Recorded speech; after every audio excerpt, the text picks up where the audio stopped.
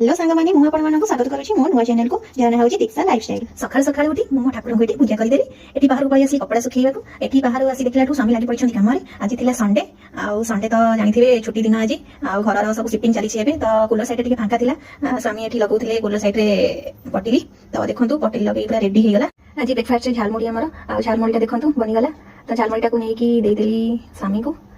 स्वामी एठी फोन देखुले स्वामी एठी सामने मोर एठी देखो खाउछु केमिति पूरा केते दिन हेला जेमति खाइनु कंपटीशन रे पूरा चलीछि पूरा एठी खाली कर देलु सफा कर देलु। तापरे चलो लंच करियाको आज जेहेतु थिला संडे तो स्वामी मोर टिके हेल्प कर देले। तापरे आमे लागि पडिलु लंच बनैबारे तो से काटी कुटी बाटी दिथिले मो एठी कसी देली मसला कसुछि।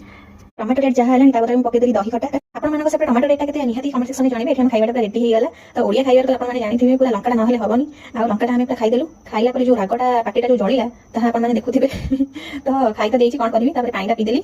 तो निहाती आपण मानक जदि मो छोटो ब्लॉग भल लागिथिबो तो लाइक शेयर सब्सक्राइब निहाती करिया को जम्मा भी भूलिबेनी।